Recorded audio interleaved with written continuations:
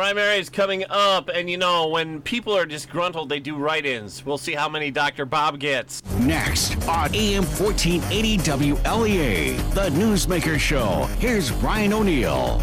Not that he's disgruntled. No, happy as the lark. Yes, indeed. Alfred University professor of political science emeritus, Dr. Robert A. Heineman. Why, thank you, Brian. Welcome to town. Thank you again, yes. Okay, let's start out with Title IX. Betsy DeVos, Department of Education, working on changing the Title IX rules. Well, I'm not certain with our Title IX rules, Brian. They're related, that's for sure. But the Obama administration came up with this whole series of guidelines about how to deal with sexual harassment on campus. And the fact is, given the Obama approach to things, the guidelines were very broad. So just inappropriate behavior, remarks of one sort or another. I mean, you could find yourself in all kinds of trouble, and you would on a lot of these college campuses today.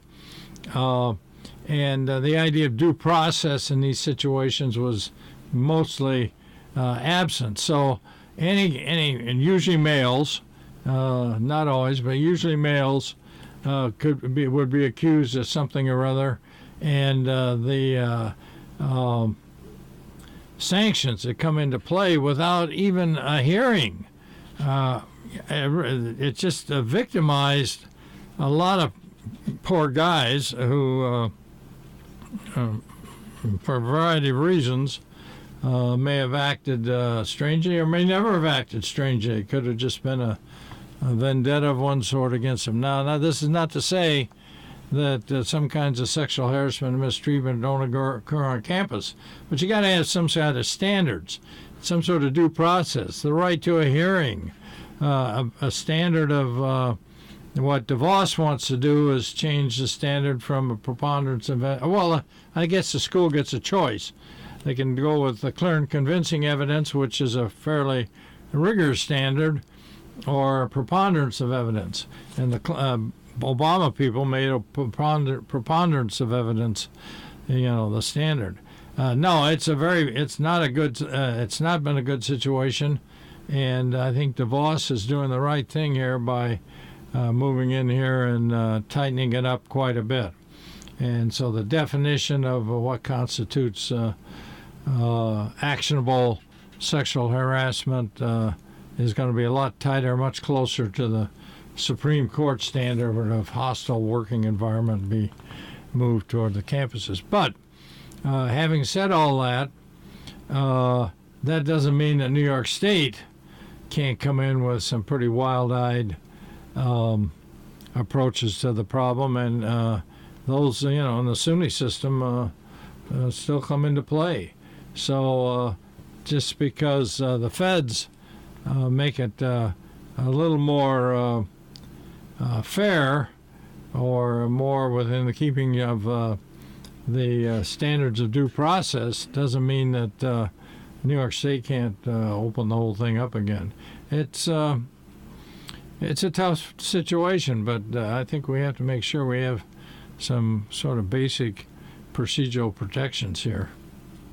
Now, can we pop into a state issue real quick here? Well, sure. The Nixon-Cuomo debate from the other night. Yes.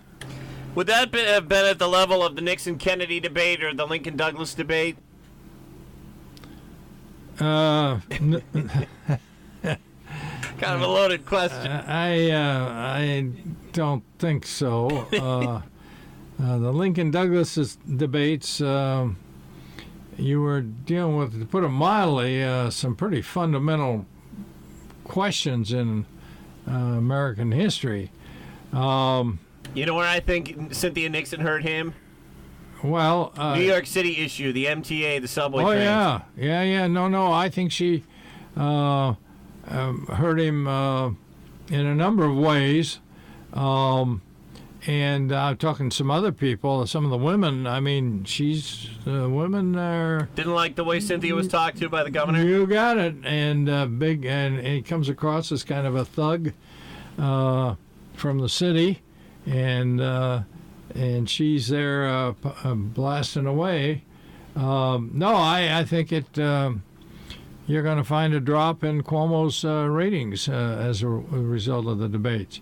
Not enough for him to lose, mind you, but she, I think, struck some pretty effective blows there.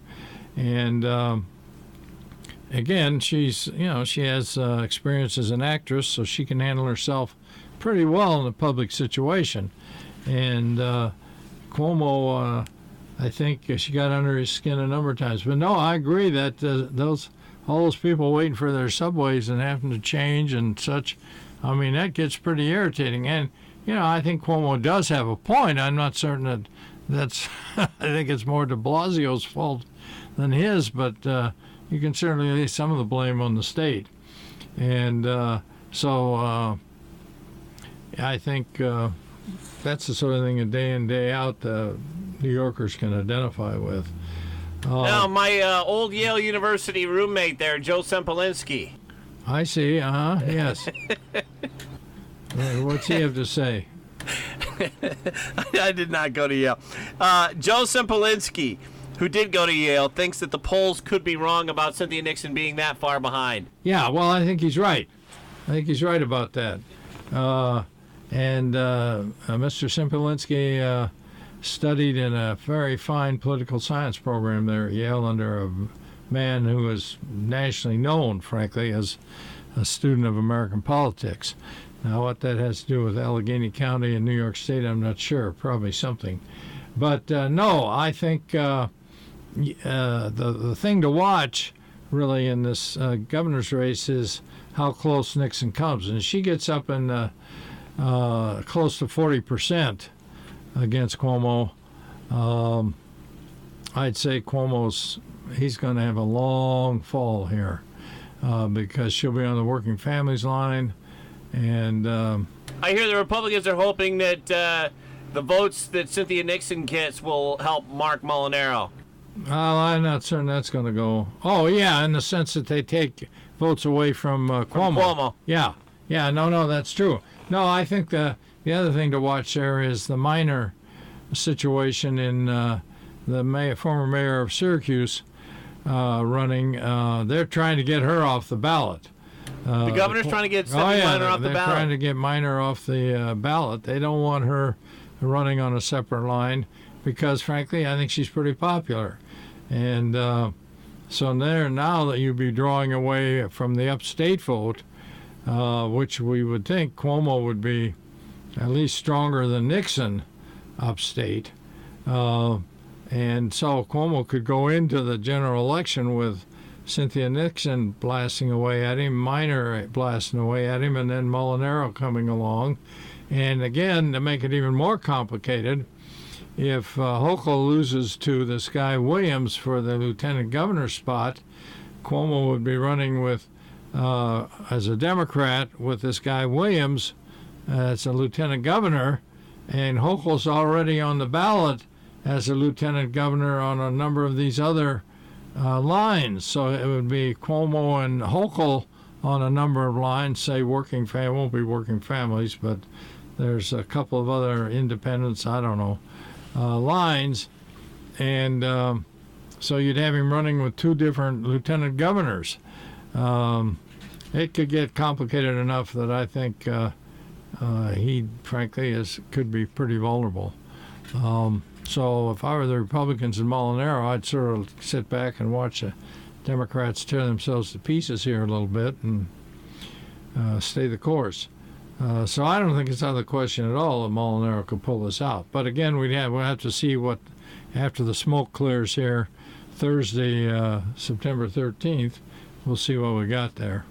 By the way, on that topic, we're going to have on very soon Julie Killian, the lieutenant governor's running mate. Right? The lieutenant governor candidate, Mark Molinaro's running mate. Yeah, well, she doesn't have a primary, does she? I mean, she's I don't believe so. No, she and Molinaro are already. So we may get her in sometime before or after the primary, depending on how many people won't make any in the primary we have to have on. Primaries.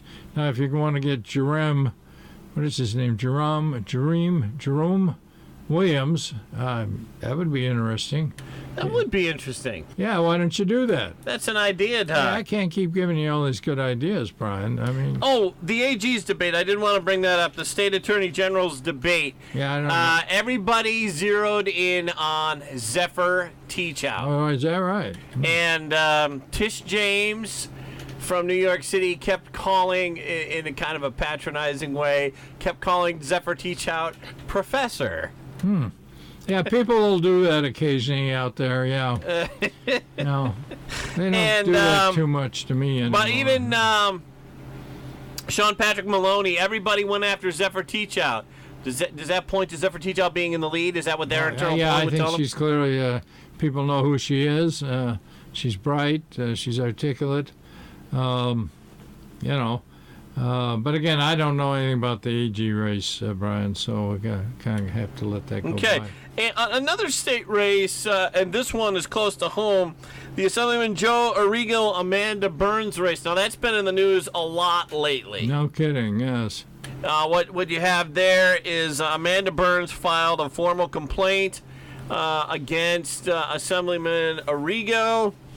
After Arrigo filed a complaint with the state attorney general, or with the county DA's office, which Arrigo's office says got turned over to the state let's attorney not get general's this too office. Complicated here, Brian. Well, anyways, yeah, and it is, and that's the way that race is going now. Also in that race is Democrat Barbara Baer, the Monroe County Democrat, who has run previously, I believe. Yeah, she ran in what was that, 2016, I believe. I'm not sure. My understanding, have you had her on the show or not? I did in the past, and I probably will in the future. My understanding is she's reasonably articulate and... seems like a very sharp lady. Yeah. No, I think the chances for the Republicans here don't look particularly good, and I don't think it has much to do with Burns it has a way it does with Burns or Arrigo, but if Arrigo wins, Burns is still on the conservative line. And so now you got Arrigo running as a Republican and Burns as a conservative. And then this woman, Baer, comes bouncing in as a Democrat. And she'll have a pretty good base there. And I think she's from Pittsford or Brighton. If she's from Brighton, I mean, that whole place is not too far to the right of Ithaca and their bunch. So it's a pretty liberal operation up there. So I think she'd have a base, and if she's articulate, etc., I think a lot of people maybe just could get disgusted with this whole situation that's going on the Republican side. Plus, the Democrats have McCaffrey in Livingston County, who is a fairly popular DA and a Democrat. So they've got some, and they have our man Sean Hogan here in Hornell. So they got the basis to take that seat. Yeah. Well, for Democrat Barbara Baer for the 133rd Assembly seat. Right. Now, if Burns wins the Republican nomination, then it's going to be a lot tougher for Baer to pull it out. But if Burns is on the conservative line and Arrigo's on the Republican line and Baer comes bouncing in on the conservative line, I think it's... you mean Baer comes bouncing in on the Democrat line? Oh, did I? You said conservative line. Yeah, no. Burns, conservative, right. Baer, Democrat. Right. Break time. Do you mind if I take a quickie break? All right, but we want to talk about NAFTA a little bit, don't we? Yeah, we have to do that when we get back. Stay with us. You promise. All right. Football season is here. Listen live as we broadcast Hornell Red Raiders football.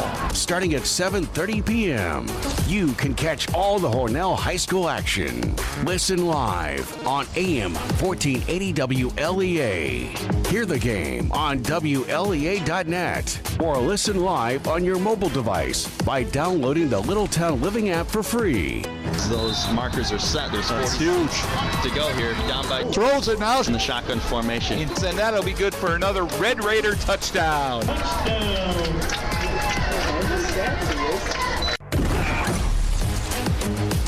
Checking in now with meteorologist Gary Bass. Gary, how's it look for today, tomorrow, all that stuff? Well, it looks like it's going to be warmer for the weekend, Brian. We've got a sunrise this morning that occurred at 6:35. It'll set at 7:46 this evening. And we're looking at a combination of clouds and some sun during the day. Going to throw in a slight chance of a shower or thunderstorm. I think most of it may be off to our south and southeast. Temperatures, fairly pleasant, about 75 to 80. Humidity not too bad. Tonight, some clouds, low temperature back around 64 to 68. Then we warm it up. Partly sunny, about 85 on Saturday. Back to 70 Saturday night. Sunday's going to be a warm, humid day, maybe an afternoon thunderstorm. Otherwise, partly sunny and well up in the 80s. Looks like 80s coming up to near 90 perhaps Monday and Tuesday, with a blend of clouds and sun, a slight chance of showers and storms early next week, Brian. We're back with Dr. Bob.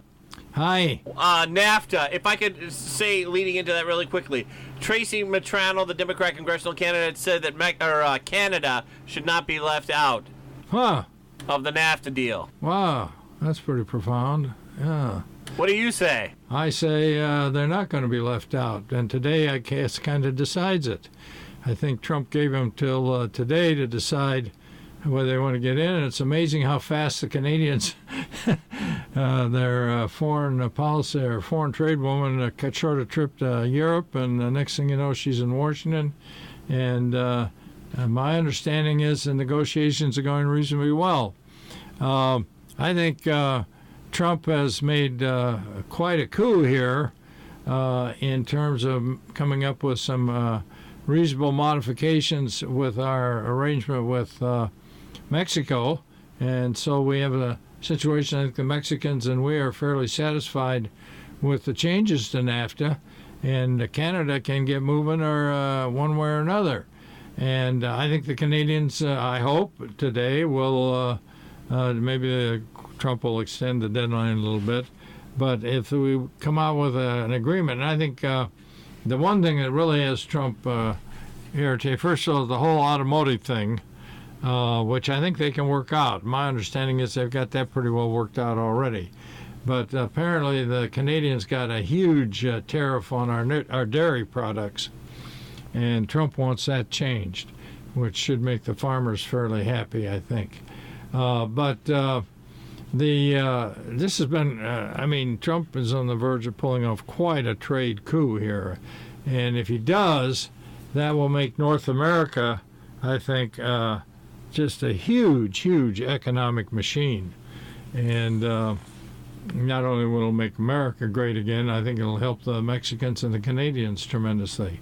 So the Europeans and the Chinese and some of these other areas can work with us, or they can, if they want to compete, that's their business. No, I think, and again, you turn on the CNN webpage and some of there's no mention of it. They don't even seem to want to give it any attention. But I think it's now the other point I want to make on that is that this legislation and these changes are on a fast track in Congress. So when legislation is fast tracked, that means it can't be filibustered. So all he needs is a simple majority in the Senate to get approval on these agreements. And I think he will.